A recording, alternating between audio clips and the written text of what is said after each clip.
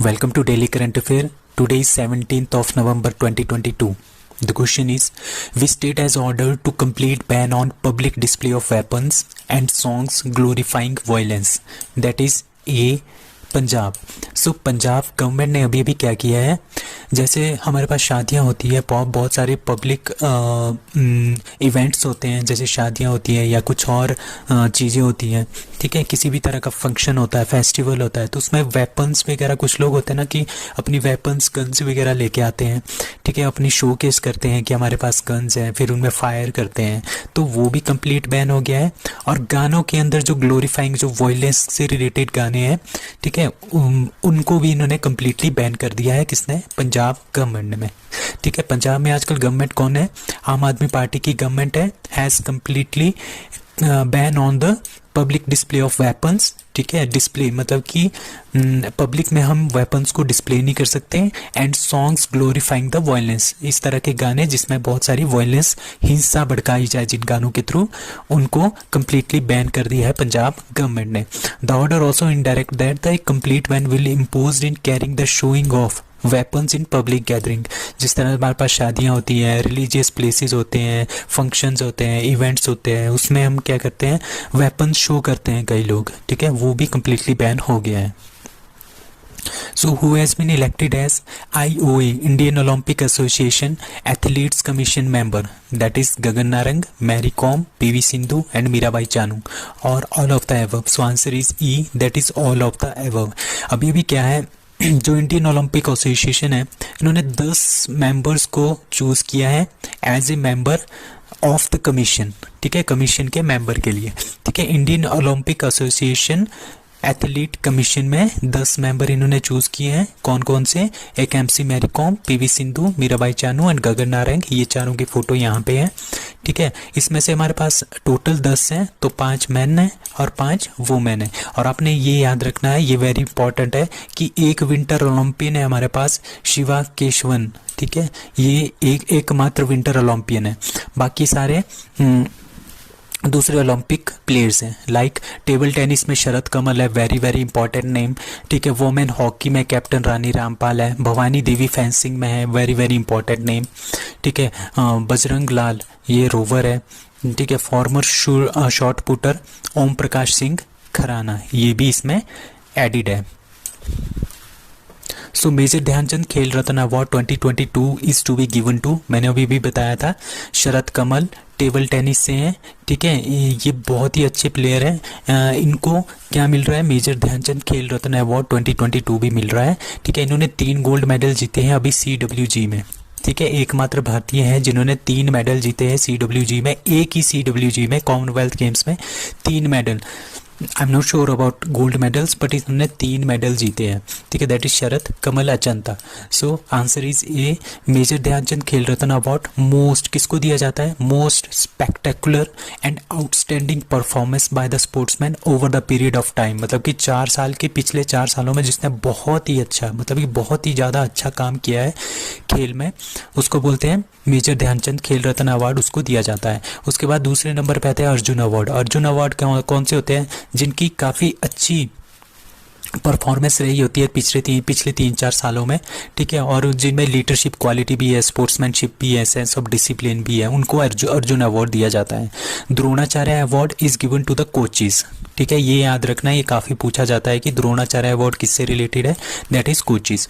और 4th award होता है Dhyan Chand award for life time achievement, मतलब कि पूरी लाइफ टाइम में जिसने स्पोर्ट्स में बहुत ज़्यादा अचीव कर लिया हो, ठीक है, उनके लिए ये दिया जाता है. उसके बाद राष्ट्रीय खेल रत्न पुरस्कार इज गिवन टू द, जैसे कॉरपोरेट होते हैं, स्पोर्ट्स कंट्रोल बोर्ड्स होते हैं, NGOs होते हैं जो खेल को क्या करते हैं, प्रमोट करते हैं, उनको मिलती है राष्ट्रीय खेल रत्न पुरस्कार. अब मौलाना अबुल कलाम आज़ाद ट्रॉफी किसको दी जाती है? ये ओवरऑल टॉप परफॉर्मिंग यूनिवर्सिटीज़ को दिया जाता है, जो यूनिवर्सिटीज़ क्या होती हैं, जिन्होंने काफ़ी अच्छा स्पोर्ट्स में किया हो.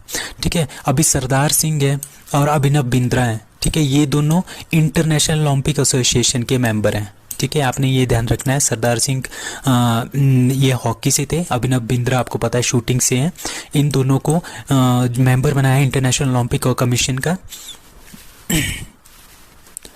इन our life time campaign launched by the India, ठीक है। इन आवर लाइफ टाइम ये एक कैंपेन है जो कि लॉन्च किया गया है किसके थ्रू, इंडिया के थ्रू। कहाँ पे, COP जो कॉन्फ्रेंस ऑफ पार्टीज हो रही है 27, कहाँ पे हो रही है, इजिप्ट में, ठीक है, with the help of UNDP, united nation development programme, ठीक है। UNDP प्लस इंडिया, ठीक है, UNDP प्लस इंडिया, इन्होंने एक कैंपेन स्टार्ट किया है, in our life time campaign launched by India. कहाँ पे, COP 27 में। और COP 27 कहाँ पे हो रहा है, वो हो रहा है इजिप्ट में, ठीक है। वहाँ पे इन्होंने ये कैंपेन लॉन्च किया है। इसका एम क्या है, इसका एम ये है कि जो युवा हैं 18 से लेकर 23 साल के जो लोग हैं, यूथ हैं, उनको एनकरेज करना है। किस लिए एनकरेज करना है, ताकि सस्टेनेबल लाइफस्टाइल के लिए, मतलब कि हमने अपने पर्यावरण को भी बचाना है और खुद भी अच्छे से रहना है, उसको बोलते हैं हम सस्टेनेबल लाइफस्टाइल। तो इसके लिए हमें उसको प्रमोट करना है, ठीक है। The campaign envision the recognise youth from around the world, ठीक है, पूरे वर्ल्ड के यूथ को हम लेंगे क्लाइमेट एक्शन के ऊपर, मतलब कि जो क्लाइमेट चेंज हो रहा है आजकल उसके दुष्प्रभावों को हमने उनको बताना है, ताकि उनको ये बात समझ आए कि कितना इंपॉर्टेंट है हमारे लिए इन्वायरमेंट। और वो क्या करेंगे, वो एक तरह का इनिशिएटिव करेंगे पूरे वर्ल्ड में, अपनी अपनी कंट्री में, ताकि हम इन्वायरमेंट को बचा सके।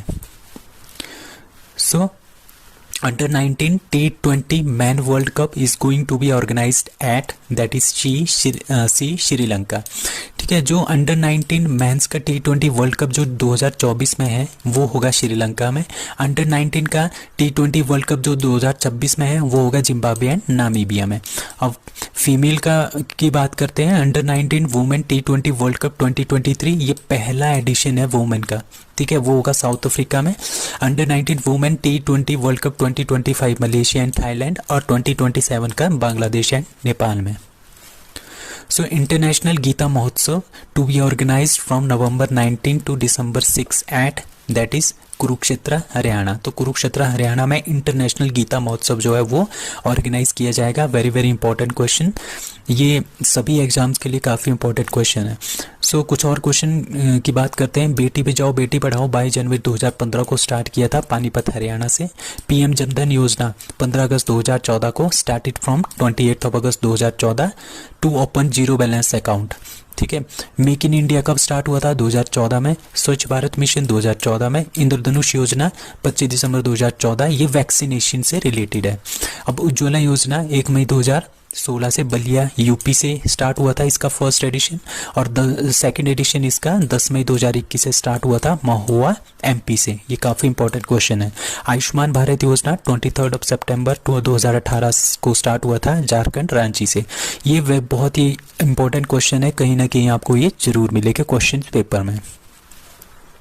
So what is the name of Indian origin Sikh volunteer who wins 2023 North South Wales Australian of the year award, ठीक है। 2023 का Australian of the year award किस इंडियन ओरिजिन सिख वॉलंटियर को मिला है, उनका नाम है अमर सिंह, ठीक है। Answer is C, Amar Singh. इन्होंने क्या किया है, इन्होंने बहुत ही ज़्यादा सपोर्ट किया। आपको पता है कि सिख जो लोग होते हैं वो काफ़ी ज़्यादा जाने जाते हैं अपने फ्री फूड के लिए। ये बहुत ही ज़्यादा फ्री फूड देते हैं, लोगों की हेल्प करते हैं। ड्यूरिंग कब करते हैं, जब भी क्राइसिस हो, during floods, bush fires, drought and pandemic के टाइम पे इन्होंने बहुत ही ज़्यादा हेल्प की है ऑस्ट्रेलिया के लोगों की। तो ये 41 ईयर्स ओल्ड है, इंडियन ओरिजिन के हैं, सिख वॉलंटियर है who experience ethnic slurs because of the beard and turban was honoured along with the 3 others with the prestigious 2023 New South Wales Australian of the year award, ठीक है। अमर सिंह ने क्या बनाया है, एक सिख की फाउंडेशन बनाई है टर्बन फॉर ऑस्ट्रेलिया। ये नाम ये आपने याद रखना है कि इन्होंने बनाई है अमर सिंह ने, और जिनको क्या मिला है, North South Wales Australian of the year award भी मिला है। Natasa Pirc Musar has been elected as the first female president of that is B Slovenia. Slovenia की जो प्रेसिडेंट है उनको नताशा पिर्क मुशराहस को इलेक्ट किया गया है, ठीक है। ये पहली फीमेल प्रेसिडेंट है इस कंट्री की। तो जो स्लोवेनिया है ये जो कंट्री है ये ऑस्ट्रिया के पास है, ऑस्ट्रिया इसका नेबर है, क्रोएशिया इसके नेबर है, हंगरी इसके नेबर है, ठीक है। तो ये एक जर्नलिस्ट है एंड ए लॉयर थी, ठीक है, जर्नलिस्ट भी थी और लॉयर भी थी, जो अब फर्स्ट फीमेल प्रेसिडेंट बन गई है कहाँ की, स्लोवेनिया की। She defeated foreign minister Anze Logar, a veteran of conservative politics. अब कुछ और क्वेश्चंस हैं, कुछ और अपॉइंटमेंट्स हैं, like Gustavo Petro first leftist president of Colombia, Tanzania की first female president Somalia Suluhu Hassan, 17th president of Philippines Ferdinand Marcos junior, 14th PM of Israel Yair Lapid. अब क्या हुआ, इलेक्शन कौन जीत गया है, बेंजामिन नेतन्याहू अपने next PM होंगे। President of Somalia Hasan Sheikh, president of Hungary Katalin Novak, James Marape PM of Papua New Guinea, president of Kenya William Samoei Arap Ruto. Who becomes world's first public company to lose 1 trillion in market value? अभी अभी क्या हुआ, जो Amazon India है, sorry Amazon है, USA की company है, इनका जो 2021 में मार्केट कैप था वो था 1.88 ट्रिलियन यूएसडी। बट अभी क्या हुआ, रिसेशन के चलते यूएसए में बहुत ही ज़्यादा रिसेशन चल रहा है आजकल, इकोनॉमिक क्राइसिस, ठीक है, तो मार्केट कैप इनका क्या हो गया, 0.88 ट्रिलियन यूएसडी रह गया है, मतलब कि 1 ट्रिलियन यूएस डॉलर इन्होंने एक साल में लॉस कर लिया है। Massive world trillion drop in just 16 month, ठीक है। अब अमेजन अकेली अमेजन का ही नहीं हुआ है नुकसान, बट सबसे ज़्यादा जो नुकसान हुआ है वो अमेजन का हुआ है। अमेजन और माइक्रोसॉफ्ट में काफ़ी तेज़ी से जो है डाउनफॉल आ रहा था। हम मतलब कि यूएसए वाले ये चेक कर रहे थे कि कौन सबसे पहले 1 ट्रिलियन डॉलर की मार्केट वैल्यू जो है जिनकी डाउन चली जाएगी, तो उसमें अमेजन की जो मार्केट वैल्यू है वो सबसे पहले 1 ट्रिलियन डॉलर डाउन चली गई है। What is the rank of India on climate change performance index 2023? That is C 8th, ठीक है। पिछले साल जो हमारा रैंक था वो था 10th, बस इस साल का हमारा रैंक कितना है, 8th। 2 साल की इंप्रूवमेंट हमने 2 पॉइंट की हमने इंप्रूवमेंट कर दी है। इसका मतलब क्या होगा, क्लाइमेट चेंज परफॉर्मेंस इंडेक्स, मतलब कि जो हम CO2 कार्बन डाइऑक्साइड जो ग्रीन हाउस गैसेस का जो एमिशन करते हैं, ठीक है, वो इंडिया में कम हुआ है, इसका मतलब ये है, ठीक है। So there is no in the first 3 place, पहला दूसरे तीसरे प्लेस पे कोई भी नहीं है, चौथे प्लेस पे Denmark, 5th Sweden, 6th Chile, 7th Morocco and 8th पे India. India USA, UK, China सभी कंट्री से आगे हैं, ठीक है, मतलब कि इंडिया बहुत ही अच्छा कर रहा है इस फील्ड में, ठीक है। India benefits from low per capita emission and energy use, ठीक है। It's growing share of renewable energy, अभी हमने क्या किया है, 2017 हमने इंडिया ने बोला है कि हम नेट जीरो कार्बन स्टेट बनेंगे, कार्बन कंट्री बनेंगे 2070 तक। सो जो एमिशन है ग्रीनहाउस गैसेस और कार्बन डाइऑक्साइड, ठीक है, उसका एमिशन जो है इंडिया में कम हुआ है। अब कुछ और क्वेश्चंस हैं, स्पेशल रिवीजन क्लासेस लाइक, इसमें बहुत सारे क्वेश्चंस हैं। इंडिया की 3rd रैंक है एयरफोर्स इंडेक्स में, ठीक है, पहला हमारे पास अमेरिका है, दूसरा रशिया है, तीसरा इंडिया है। 43rd इंटेलेक्चुअल प्रॉपर्टी राइट में है, 107th ग्लोबल 100 इंडेक्स में है, पिछले साल हम 101 पे थे, अब हम इस साल चले गए हैं 107 पे। 132वां rank human development index by UNDP, ठीक है। 135th world peace index, 136 global happiness index किसने, United Nations sustainable development solution network ने इस रिपोर्ट को निकाला था। 150वां प्रेस फ्रीडम इंडेक्स में बाय रिपोर्टर्स विदाउट बॉर्डर्स ने इसको पब्लिक किया था। 180वां नंबर हमारे पास कौन सा है, environmental performance index, last number है इंडिया का।